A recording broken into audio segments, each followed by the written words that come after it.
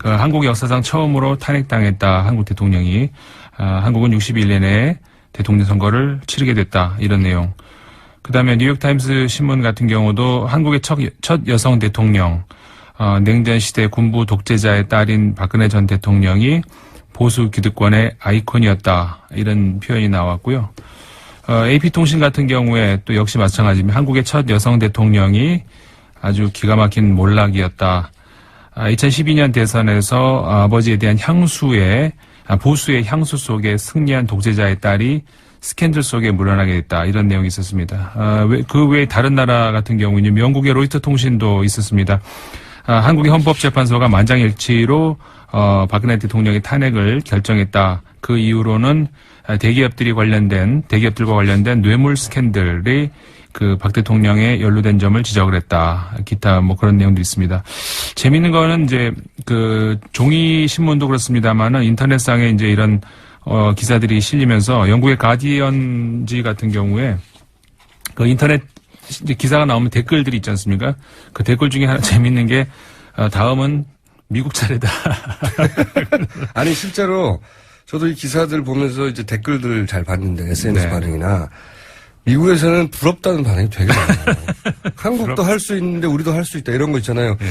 우리가 수십 년 동안 미국을 바라보면 미국을 이제 민주주의의 우리 교과서처럼 여겨왔는데 네.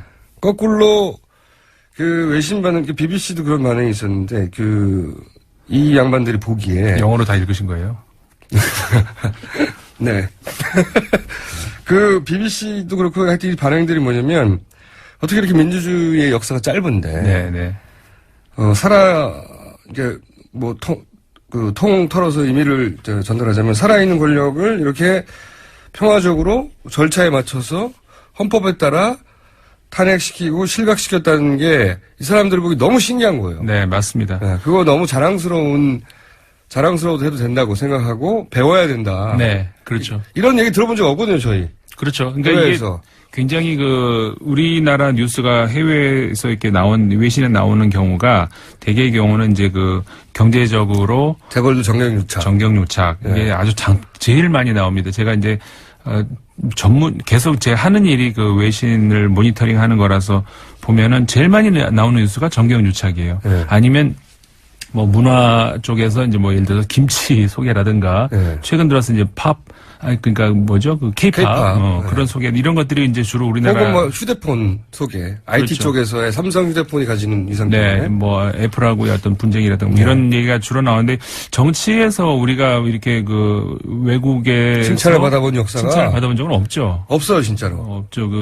그런 적이 없었는데 작년 12월 정도부터 그러니까 이 사건의 초반기, 그러니까는 국정농단 사건이 불거질 때만 해도 망신스러운 기사가 많았죠. 네. 우리 기억. 진짜 부끄러웠어요. 샤먼 막 나오고 막 그럴 때. 그림도 이렇게 곁들여 가면서 이렇게 로버트 태권브이 머리 열려서 이렇게 속에서 왜 철인가 훈인가에 나오잖아요. 그리고 대통령을 꼭두각시에 실제로 비유해가지고. 네, 그런 그림도 굉장히 많았죠. 물론 외신을 계속 이제 모니터링을 하면서 그냥 그런가 보다 이런 기사들이 많이 있었는데 그런 그림들을 볼 때는 정말 저도 기분이 안 좋더라고요. 근데 12월 정도부터 말씀하신 것처럼 촛불 집회부터 외신들이 다른 눈으로 보기 시작한 것이 그러니까는 정부는 참 무능한데 어떻게 이런 국민들이 있나 이런 반응들이 나오기 시작을 했어요. 그래서 아까 말씀하셨죠. 우리가 배워야 된다. 이런 기사가 실제로 나왔거든요. 독일 언론에서 처음 나오기 시작을 했고 독일 슈피겔인가 아마 그렇게 기억을 하는데 12월 중순쯤 그러니까 우리가 12월 3일이었나요? 200만이 넘어가는 토요일 집회, 촛불 집회 그가 나온 이후로 민주주의 역사가 길다고 할 수 있는 유럽과 미국이 이제는 한국에 배워야 된다. 이런 기사가 나오기 시작을 했어요. 그리고 이번에도 이게 우리끼리 과장 원래 사실 예전에 보면요. 우리 언론들이 그런 거 많이 했어요. 별것도 아닌 거 가지고 과장해가지고 세계가 주목한다. 네네네. 그 대부분 오바였는데 지금은 진짜로 이건 오바가 아니고요. 자기들끼리 진작에 그런 얘기를 해요. 네네. 맞습니다. 이번에도 헌법재판소의 탄핵 결정 이후에도 이제 그런 기사들이 많이 나왔어요. 아까 보셨으니까 정확하게 얘기를 다 하시던데 그런 민주주의 역사가 몇 년 되지도 않은 그런 나라에서 절차상으로도 문제가 전혀 없었지 않습니까? 네. 절차상으로도 그다음에 시민 의식으로도 여러 가지 면에서 이렇게 국정 혼란, 그다음에 어떤 그 농단 사태 이런 것들을 현명하게 극복을 할 수 있을까 하는 그런 그 기사들 어떻게 보면 이제 놀랍다, 뭐 부럽다 이런 전체 내용들이. 절차에 흠잡을 데가 없는 겁니다. 그렇죠. 네, 그리고 이게 왜 그렇게 생각할 수밖에 없냐면 이렇게 이제 권력이 부패해서 생기는 문제들 다른 나라에도 많이 있었어요. 예를 들어서 남미에서 이런 문제가 있었다. 그러면 대통령궁을 떠나네 안 떠나네 뭐 헬기로 도망가네 뭐 유혈 사태 나고 그 아랍의 봄이라는 것도 마찬가지고요. 네. 기본적으로 이런 사태들은 반드시 유혈 사태 혹은 뭐 군의 투입, 뭐 구테타. 처음에는 외신들도 네. 그렇게 봤겠죠. 그렇게 될 거라고들 상상하면 왜냐하면 그게 수십 년간 보아왔던 네. 패턴이거든요. 전 세계적인. 우리도 소위 그 친박이라는 그 골수 그 지지 팬들 그분들 그렇게 얘기를 하잖아요. 이거는 뭐 쿠데타 밖에 없다. 뭐 군대 일어나라 뭐 이런 얘기들 실제 우리나라 내부에서 나오고 있잖아요. 그렇게 될 거라고 외신들 처음에 봤겠죠. 왜냐하면 그게 어느 나라나 현재 살아있는 권력을 축출해내는 과정에서 반드시 일어나는 과정이고 네. 이거를 국민들이 길거리에 나와서 촛불을 들고 평화적으로 절차적으로 또는 뭐 국회 가결을 거쳐서 헌법재판에서 판결이 나서 사저로 돌아가면 이런 전례가 없어요. 아무리 찾아보세요. 있나. 다른 나라에. 이번에 이제 어떻게 보면은 제가 이제 광장 관련해서도 한번 이 방송에서 말씀을 드렸습니다만 광화문 광장이 굉장히 상징적인 어떤 민주주의의 상징적인 그런 장소가 될 수도 있을 것 같고 실제로 이제 그런 그 광장이라고 하는 주제로 해가지고 외신들도 주목하는 그런 것들도 많이 있었습니다.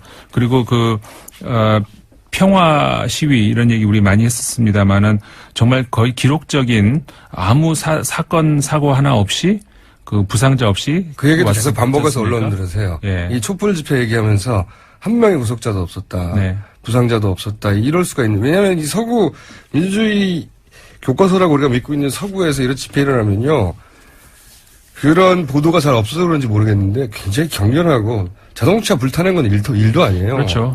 제가 프랑스에서 이제 근무하고 있을 때도 제가 본 사실만 들어도 뭐 엄청난 그 경찰은 당연히 이제 방망이를 들고 다니고 네. 시위가 일어나면 주변 가게들 창문 다 깨지고요. 이게 굉장히 시위라 하면은 이제 그런 폭력 사태를 기본적으로 연상하죠. 연상을 할 수밖에 없는데 한마디로 새로운 문화죠. 새로운 시위 문화를 보여줬다는. 저는 이 촛불 집회는 노벨 평화상을 받아야 됩니다. 진짜 그 생각 못했는데 그럴 수도 있겠는데요. 네. 노벨 평화상 2017년 노벨 평화상의 강력한 후보로 남들이 안 밀면 제가 밀 생각입니다. 그래서 되겠어요. 아니 다들 가치가 있고 네. 결과도 만들어냈기 때문에 제가 보기에는 이 촛불 집회 자체가 네. 노벨 평화상의 대상이 분명히 될 거라고 보고요. 특정 인물이 아니더라도 네, 수상 가능성이 대단히 높기 때문에 여기서 남은 유일한 문제는 뭐냐면 누가 가서 받느냐. 저는 그건 아직 멀어서 후보를 강력하게 추진해서 네. 후보가 되면 제가 대신 가서 받을 것 같아요. 그리고 이제 여러 가지 있습니다만은 특히 그 AP 통신에서 또 한 가지 반응을 나온 거 우리가 또 주목할 필요가 있는 것 같습니다. 그러니까는 탄핵은 탄핵이고 그 다음에 그러면 한국의 정치가 이제 어떻게 될 것인가. 그다음에 지금 개헌 문제 뭐 우리나라에서도 많이 나옵니다만은 개헌 이야기가 또 AP 통신에서 좀 언급이 됐어요. 그러니까 무슨 얘기가 있었냐면은 아이러니하다. 뭐가 아이러니하냐면 이 탄핵안 가결 사유가 87년 헌법에 대한 중대한 위반이었다는 것이었는데 헌법 수호 노력 직후에 개헌 논의가 나온다? 이건 좀 아이러니하다. 이런 반응이 나왔어요. 그것도 그들이 보기에도 아이러니하죠. 예. 네. 지금은 소위 문제가 됐던 범죄 행위들에 대해서 막 따지고 들어갈 것 같은데 갑자기 왜 정치권에서 개헌 얘기가 나오는지에 대한 의아함은 외국 언론들한테 있어요. 네. 그래서 이게 이제 우리도 한번 생각해 볼 문제가 아닌가 싶어요. 우리가 외신을 보는 또 목적이 그런 것 중에 하나도 있는데 이게 과연 제도의 문제인가, 문화의 문제인가.